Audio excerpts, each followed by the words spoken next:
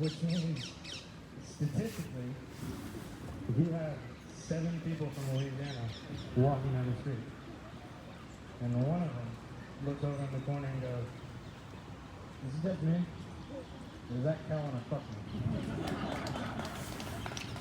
At least one other guy from Louisiana is just gonna respond with, "No. I see it too." That cow is really getting me the eyes right now. So, anyways, guys, I appreciate it.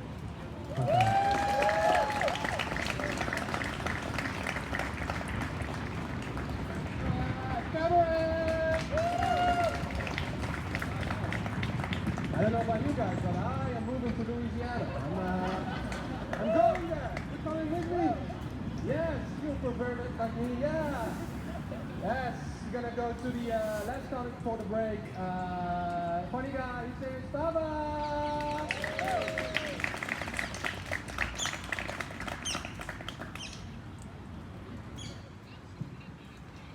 Yo, hello.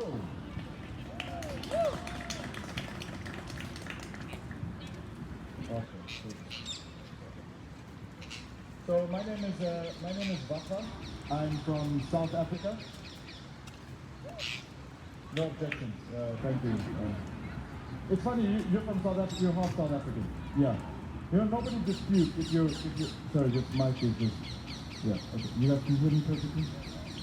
You know, nobody disputes if you're either white or black. You're like, okay, you can be South African. But anyway, they're just like, no. You can't be South African. I had problems when I got here through immigration. I got here through the Netherlands, and the guy was like, "So where are you from?" I said, "South Africa." I said, "No." You know, as if I was asking him, South Africa maybe, you know.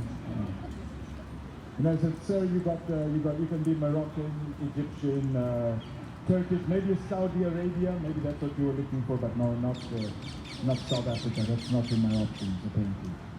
It was in your options, so apparently, yeah. God bless the Netherlands for you, yeah.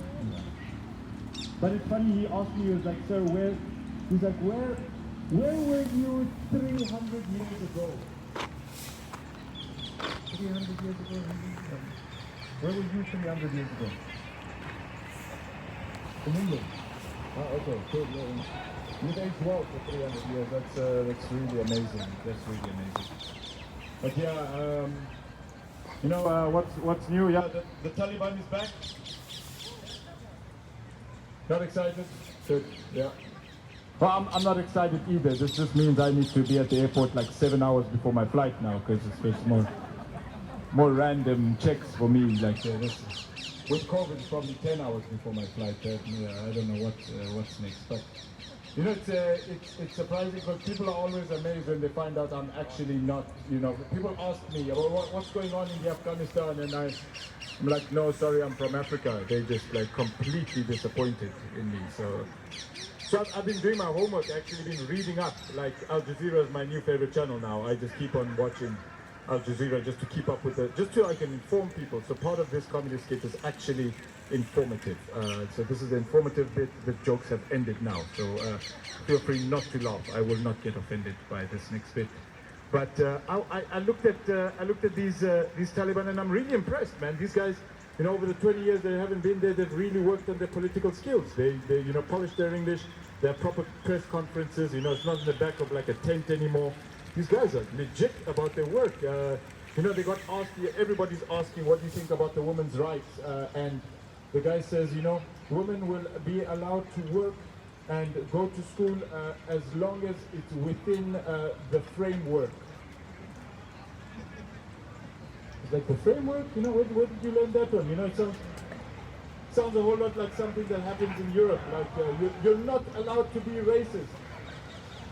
As long as it's within your framework, you know, then you're allowed to be racist. It's okay. So yeah, so you know, it's weird, and I don't know if you've been following, but over the past 2 weeks, they've said women must not go to work for their safety.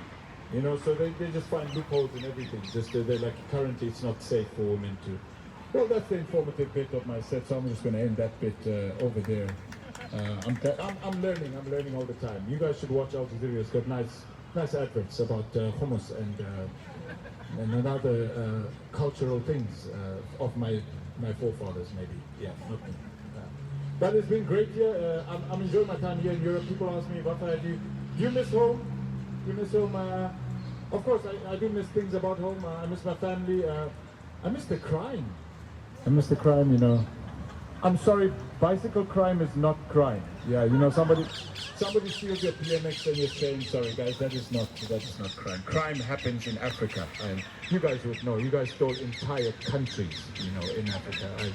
Now I'm trying to steal a country. I would be happy with Austria, you know, that's just, you know, that fits in my hand luggage. Germany, you could probably advise me after the show how I can organize that. Just like one small country, you know, I don't want too many things, not greedy. But, you know how difficult it is to do crime in Europe, man. The working conditions are horrible here, you know, the sun sets so late here. Do you know how patient you have to be? It's just horrible. You know, you usually, when you get to a restaurant late and the waiter comes over to you, we're wrapping up the shift, you mind paying for the bill? You know, the other day I approached a couple at the restaurant. I was like, listen, do you mind if I rob you guys here? You know, because my train's leaving and, right, you know.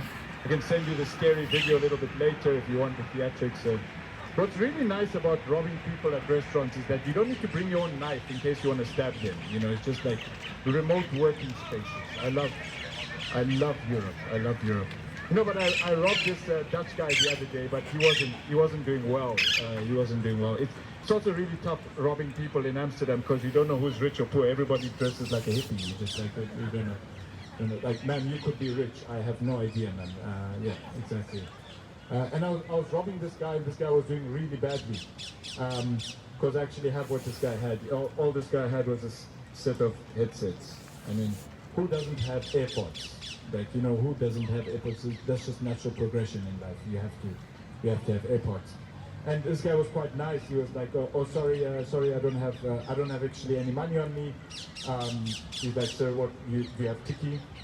I could Tiki you the money. And I didn't have Tiki, which really pissed me off. Ma'am, you have Tiki?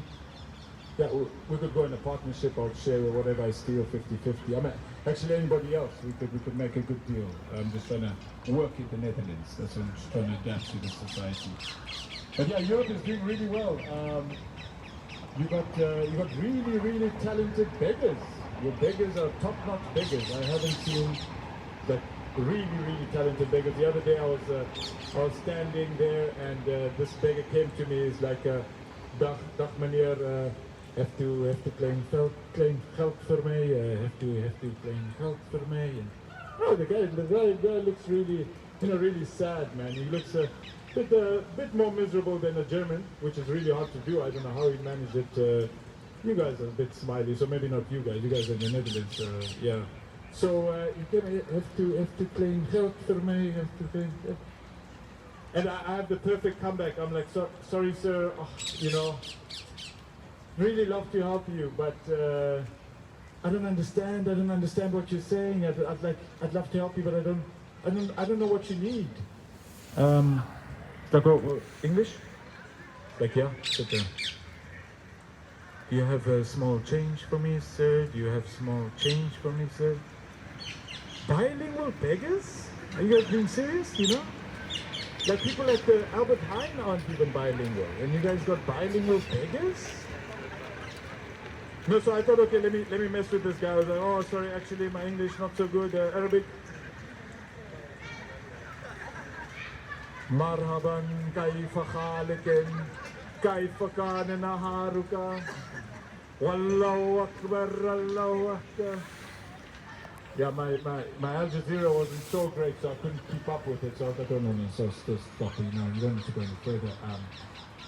But then I was like, oh sorry, you know, great act, but like, I'm sorry, I can't help you. I don't have any money on you, on me. And he said, oh no, that's fine. You can just tiki me the money. No, of course I didn't have tiki, so I was like, I didn't have tiki, but I was like, sorry, you have a phone? Like, yeah, sure, you know, what is your number? So like, I got this new phone now. turns out that robbing beggars is actually more efficient than just like normal Dutch people. So yeah, this is I got a new niche market. So I'm selling this phone. It's not, doesn't look into bad shape. It's got Tiki on it as well, so you don't need to. You actually don't need to install it. Yeah. Let's see what next. You know, I've lost a couple of girlfriends because of the job that I do. You know, not the theft. I mean, they usually love that because they get new stuff all the time. It's the stand-up comedy. Just wait for that pause. Amazing. Just to catch your breath, you know, you guys been laughing so much. It's just really tiring. Really tiring. But yeah, you know, I've been losing girlfriends because of the job that I do, the stand-up comedy. They can't understand why I'm out so late. And, you know, my girlfriend asked me, where have you been, you know? And it's really hard. I mean, they're like, oh, the sun is back up. And the sun's up at like 4 a.m. in the morning. So I'm like, I can't compete with the sun over here. So, you know. But, I've actually learned how to keep my girlfriends now. Because Anna, the girl that I'm dating over here, I was like, last night I got back from a gig and I was like, babe, she's like, where were you? And I was like, babe, you'd understand where I was. If only you really knew where I was 300 years ago, then you would actually understand where I was. Guys, my name is Buck. You guys have been amazing. Thank you so much, and thank you to all the other guys.